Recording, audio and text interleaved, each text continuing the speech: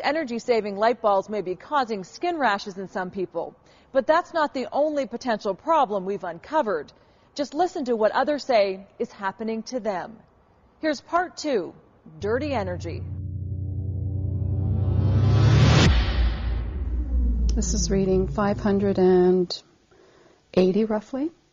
So once again, we have a really bad bulb. What exactly is she doing? Well, this is Dr. Magda Havis, and she's testing all sorts of bulbs for dirty electricity. Dirty what? Dirty electricity. An expert in her field, basically she measures power quality and radio frequencies that different bulbs give off. Do you see that's jumped up to over 400? So just one light bulb can give very, very high readings. And there's no way of knowing that this is worse than the others just by looking at the package. She says on her meter, for a bulb to be considered clean, it should read less than 50. A lot of people are responding negatively to these light bulbs. They get headaches, they get other body aches and pains. Some of them have difficulty sleeping, they're tired. Some have mood disorders. Unfortunately, they have been told that these light bulbs might be making people in their homes sick. So one light bulb gives 500. Can you imagine just 2 of them, 4 of them? Would put them over 1,000. Can I turn it off yet? All this is controversial. Scientists do not agree if people can suffer from what's called electromagnetic hypersensitivity. Basically getting sick from the electronic devices we use and the stuff they give off. But what about the people we met who say they're suffering, like Larry Newman? I was just blindsided by it. Here's the thing about Larry Newman. He's Dr. Newman, a neurologist, and that migraine headache hit him like a truck. I can tell you from my experience, there's something about those bulbs that triggered my headache. At his New York clinic, he's seeing more and more patients complaining about the compact fluorescent light bulbs. These new light bulbs, Doc, I swear they're giving me headaches. So I want you to look right over there. He knows some will dismiss what he's saying. They'll say there's no scientific evidence linking the bulbs to headaches. It's never been proven. I can tell you from other patients that they definitely see a relationship to exposure to that light bulb and developing a headache. We just installed a new light that unfortunately is not eco-friendly. One of those patients is Amanda Gabbard. Right here, it's like just my forehead feels very warm, and I feel the dull pain behind my eyes, a little bit of dizziness, and a little bit of fatigue. In her home, you'll only find old-fashioned incandescents. She got rid of the CFLs.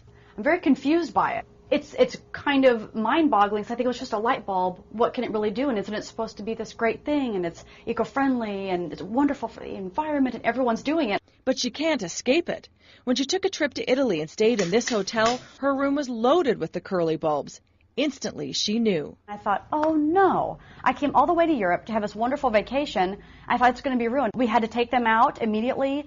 Once stores start to replace their light bulbs and malls start to replace their light bulbs and everybody in their homes start to replace their light bulb, there's going to be a subset of people with migraine who may not be able to venture out until they find a way around it.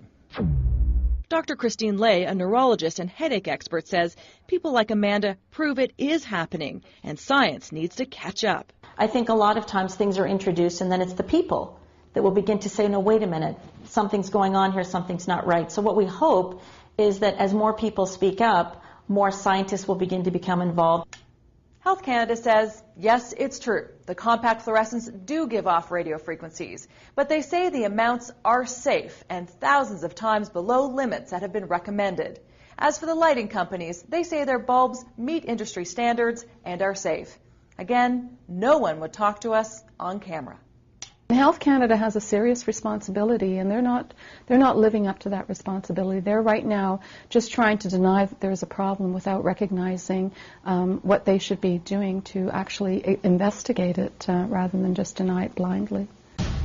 Those who suffer say their health problems are real, and there's more to it than just headaches. They were all throughout my house. Just about every room in my house had a bulb or two in it. Kevin Byrne says his pain was like having arthritis.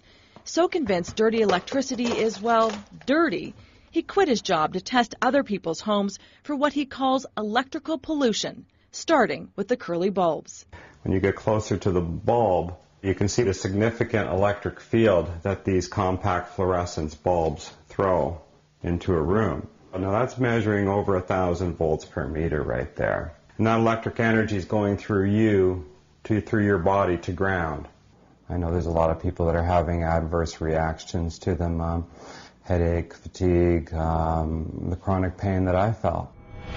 Magda says she's heard it all before, the doubts, questioning whether they're really sick. Well, there's definitely something there. I mean, one of the ways that you can determine whether or not you're sensitive to the light bulbs is if you have them in your home, simply turn them off for a few days and find out if any of your symptoms disappear, the symptoms that you're concerned about.